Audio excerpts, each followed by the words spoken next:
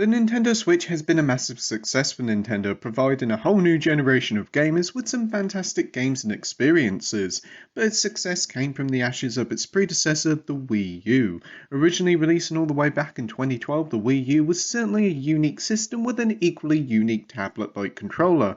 It was Nintendo's first HD console, but it lacked the much needed third-party support, and customers just didn't know what the Wii U was. But for all the system's lack of sales, it did have a fantastic but small list of brilliant exclusives. And whilst the majority of these Wii U noteworthy titles have made the jump to Switch, we've still got a few more I'd like to see come to Switch one day. Yes, the Wii U still has a few games in its library that haven't been re-released on Switch. Bit of a shocker, hey? But anyway, this list is in no particular order and will include a mix of first and third party games, but I will not be including games like Splatoon and Super Smash Bros. For Wii U, as we've already got bigger and better sequels for them on Switch. So without further ado, let's begin.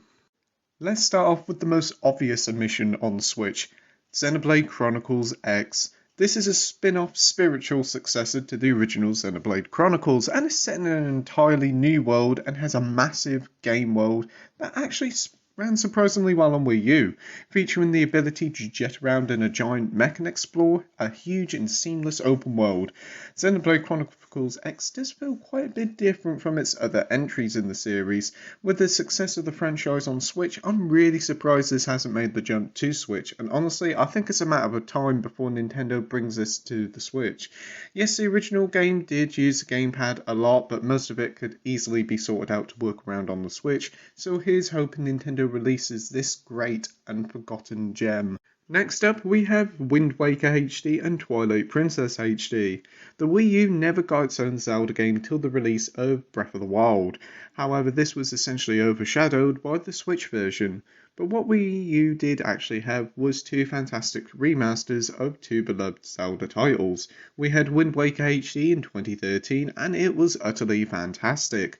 The new HD graphics were a delight and aged like fine wine. With a beautiful world and many great dungeons, it even fixed some of the pacing issues. And then in 2016 we had the release of my personal favourite Zelda game, Twilight Princess HD, and yes, it was an equally great remastered. It even included a new Wolf-Link dungeon that was quite a challenge at times. These are another couple of high-profile releases that I'm surprised haven't seen a release on Switch, but considering this is the 35th anniversary of the series, I think we'll see some sort of bundle of the two games together in the future, as Skyward Sword has just been announced. Next up, we have Deus Ex Human Revolution Director's Cut. Yes, a third-party title. During the Wii U days we did receive a lot of big third-party titles, but alas most of these titles were like 6 or 12 months after its original launch on other consoles. But easily one of the best ports on the Wii U was Deus Ex Human Revolution. The re-release of 2011's Deus Ex Reboot, it was a fantastic game in its own right, but the Wii U version had so many awesome uses of the gamepad and made the game feel incredibly unique to play on the system. Yes, a lot of these additions would probably be scrapped or moved to portable play if a Switch port happened, but come on, Human Revolution on the Switch would be amazing. But alas, Square has put Deus Ex on hold due to the poor sales of Mankind Divided, so this is probably highly unlikely. Next up, we have Need for Speed Most Wanted U. The Switch received its first Need for Speed last year with the fun and enjoyable Hot Pursuit. It delivered some very fast and furious car action on the Switch, but the Wii U did have its own port of 2012's Need for Speed entry Most Wanted in 2013, which had some great uses of the gamepad, and whilst most of these would probably get binned if a Switch port happened, the game is still fantastic, featuring a huge open world full of activities and fast cars to drive. It was a blast on the Wii U back in the day, so I would love to play this on Switch. The chances of this actually releasing is pretty high considering EA themselves recently released the Hot Pursuit Remastered and the company themselves have stated more remasters are on the way, so here's hoping. Next up we have Batman Arkham Origins and Arkham City. Of all the Wii U launch games, I was most excited for Batman Arkham City. Yes, I never had a PS3 or 360 back in the day, so a lot of these 6 to 12 months ports of older titles got young me very excited. And the Wii U version of Arkham City was the same great game, but with the ability to play it on the Wii U gamepad in all its 480p glory. The Wii U version was called the Armored Edition, and it had all the DLC included and also had some cool gamepad functionality by letting you use Batman gadgets on the gamepad. It was a very fun gimmick, to be fair, and also Batman had this special suit exclusive for Wii U, which was basically looked like he was wrapped in bacon foil and see you going super powerful, smashing up enemies with double damage. That was an odd inclusion, but nevertheless it was still a great game. Arkham Oranges released a year later and was pretty much scrapped all the Wii U features but a map on the gamepad, and that was it. And whilst it suffers from some pretty poor glitches, the game is very underrated in my opinion, having a great story and some decent bosses, and really does need the remastered treatment. As for Switch, I would like to see the return to Arkham set come over with Arkham Asylum. That would be great. Actually, any Batman Arkham game coming to Switch would be a brilliant fit. So make it happen, Warner Brothers. Next up, we have Tekken Tag Tournament 2. The Wii U didn't have many fighters, but obviously Smash Brothers, but easily the second best fighter on Wii U was Tekken Tag Tournament 2. I was always a big fan of the series, and this entry was as brilliant as ever, featuring plenty of content, loads of characters, and full online multiplayer. Looking back, it was probably one of my most played games on Wii U, but one thing that elevated this version above the other versions and made the Wii U version the version to have was the multitude of exclusive content. From the return of the Tekken Ball mode to a new Mushroom Battle mode, which sees many different Mushroom Kingdom items joining the fighter's power-ups for your fighter. And finally, the biggest and best thing, the exclusive Nintendo costumes. Yes, each character in the roster had a costume based on many different Nintendo characters, from Mario, Luigi, Samus, Link and Bowser to name but a few. And it was brilliant to see a company take a Wii U version so seriously. So I would love to see this return for the Switch, maybe with a few new characters or costumes. There's many fighters on Switch, and they've all been pretty successful, so I think Tekken would do a great move if they come over to Switch. Next up is Call of Duty Black Ops 2. Yes, Black Ops 2. One of the series that the Switch have sorely been lacking has always been Call of Duty. Ever since the Switch came out, there's been constant rumours of the current year's game being brought to Switch, and to no surprise, they never came. Mainly due to how much technically advanced they are that the poor old Switch would just struggle. So instead of bringing a new COD to Switch, what about bringing a golden oldie back? For example, Black Ops 2. It released on Wii U, it had a fantastic campaign, incredibly addictive multiplayer, as well as the fan favourite Zombies mode. It's the full Call of Duty package with everything that fans love. They could spruce up the visuals, include all the DLC, as I think the Wii U version missed out on that, and the game would sell like hotcakes, mainly due to it being a very well remembered entry into the series. The likelihood of this actually happening is a bit thin, but Activision has seen great success with their Modern Warfare remasters and the Crash, Tony Hawk and Spyro remasters as well. So there could be a chance, and Activision knows that there's a market on Switch for Call of Duty, so it would be daft to not at least try to bring the series in some form to the Switch. Next up is Yoshi's Woolly World, another surprise and omission from the Switch. Easily one of the most pleasant games ever, Yoshi's Woolly World was a wonderful platformer that had a lovely graphical art style. It did get re-released on 3DS with a load of new content, as well as Poochie as a playable character. So strange that it hasn't actually come over to Switch, as it's easily one of the best Yoshi games out there, with a lovely soundtrack, great levels, and loads of yarn Yoshis based on loads of classic Nintendo characters, thanks to the game's amiibo functionality. It's been a while since its sequel, Crafted World, has been released, so Nintendo could bring this one over to the Switch with a sort of ultimate version that includes all the 3DS content to boot. That would be quite good. Next up is Sonic and Sega's All-Stars Racing Transformed. I'm going to say something really controversial here and say Sonic and Sega All-Stars Racing Transformed is up there with some of the best Mario Kart titles. With that out of the way, Transformed is a fantastic racer that took Mario Kart 7's air, sea and land racing mechanic and expanded it further to make for some very clever and fun and ever-changing courses.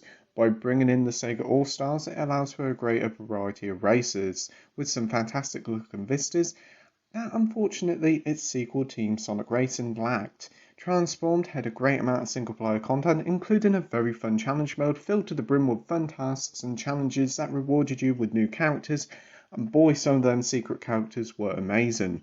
Does this really need to come over to Switch? Not really, as we already have Mario Kart 8 Deluxe and Crash Team Racing if you want something a little bit different, but Transform offered a great alternative to Mario Kart. Oh, and it had a brilliant soundtrack. Continuing on, we have Nintendo Land. Yeah, this is a bit of an odd one. This was one of Nintendo's biggest first-party titles of the launch period and was bundled with the premium pack edition of the Wii U, which did lead to many people comparing it to Wii Sports. Hint, it wasn't. The game didn't try to reinvent the wheel like Wii Sports did, it just tried to be a very fun collection of minigames, and for the most part it did, and it did it very well. Nintendo Land was a collection of 12 minigames that could be played cooperatively, asymmetrically, with one gamepad player and 4 people on the TV, as well as a collection of single-player minigames. And whilst there were a couple of stinkers there, I'm looking at you, Octopus Dance, the many different games offered a great time, from a cool third-person Metroid Horde shooter to the Mario Chase, where the gamepad player had to run away from the toads on screen, to the Donkey Kong Crash Course, which was a fantastic little puzzler. There was a lot of variety here, and it's a shame that the game is stuck on Wii U, as it deserves a bigger audience of the Switch to get a second chance of success. Next up, we have Zombie U, easily the Wii U's biggest third-party launch title. Zombie U reception at launch was honestly a bit mixed. Some loved it, whilst others weren't that keen. Unfortunately, the game was a bit of a flop, and it's a shame because it was a decent and enjoyable game. It's also one of the best uses of the Wii U gamepad that uses the dual screen functionality of the TV and the gamepad, and made great use of it. A Switch port would be great and could honestly happen, as the game was ported to PS4 and Xbox One a few years ago, so the work transferring the controls have already been done. So come on Ubisoft, bring this rather underappreciated horror game to Switch. Next up, we have Project Zero Maiden of Blackwater. This is actually the only game on the list I haven't played, which is a shame because I really enjoyed the EU exclusive Project Zero 2 on Wii, which was a fantastic horror game. And why I missed this out was mainly due to it being a very strict limited release over here in the UK, with only the limited edition release was the only physical release it actually had. It's a shame I never got to play it, as from what I've heard it's a rather decent entry into the Project Zero series. Yes, it featured motion controls to use the camera obscura, but this could easily be transferred to the dual analog or Joy-Con motion controls. Also, this game had Samus and Zelda costumes for your character to wear whilst you play the game, which is pretty neat. I would love to see this on Switch, as there is a market for this sort of horror game, as there aren't many of them on Switch. We just have 3 more games on the list now. Next up is Paper Mario Color Splash. Okay, a bit of a controversial choice this one, but I actually didn't mind Color Splash. Yes, it did follow the template that was set out with the pretty meh entry that was Sticker Star, but Color Splash worked. It had the same great humour the Paper Mario games are known for, the worlds you visit are great to explore, and there's plenty of fun moments. Yes, the whole progression system of the combat is non-existent with the lack of XP and leveling up, which does make battles feel a little bit pointless. But this isn't as bad as what some people say. It's a far better game than Sticker Star ever was, and honestly a real good time. With the success of the Origami King, this could come over to Switch, but as the reputation of the game is a bit mixed, I don't know about that. But if you've got a Wii U, this title is well worth checking out. Right, the penultimate game on the list is Kirby and the Rainbow Paintbrush, also known as Kirby and the Rainbow Curse in the US. The Rainbow Paintbrush was a bit of a surprising game for me, as it was a very fun puzzle platformer where you use the touchscreen of the gamepad to guide a little ball version of Kirby through many different levels. It has a typical Kirby charm, and the new clay animation art style is utterly divine. The game was played majority on the gamepad, where you had to draw lines to guide Kirby, and bringing this over to Switch would be a bit difficult unless they made it an entirely portable only title, or you could control the game through motion controls with dot play. Either way, I'd love it for this game to return and get a second chance on Switch, maybe as an eShop exclusive title. Next up, and the final game on the list, is Star Fox Zero and Guard. One of the most highly anticipated and ultimately disappointing releases on Wii U was Star Fox Zero. It had a lot going for it, but alas, when it released, its biggest gimmick, its motion controls, was its Achilles heel. It made some levels frustrating and ultimately led to some pretty poor sales. That kinda killed the series off. So a Switch port does seem unlikely, but maybe if Nintendo rejigged the game's controls to work around normal analog controls and have optional motion controls with the Joy-Con, then it probably would work and the game would get a second chance at redemption. They could maybe include the hidden gem that was Star Fox Guard as well to make for a nice little package, and hopefully, just hopefully, this could lead to a rebirth of the franchise. And with that, the list is over. I hope you enjoyed it. Is there any other Wii U games you'd like to see make the jump to Switch? Tell me in the comment section down below. As always, thank you for watching my video. If you could like and subscribe, that would be great. And until next time, happy gaming. Bye.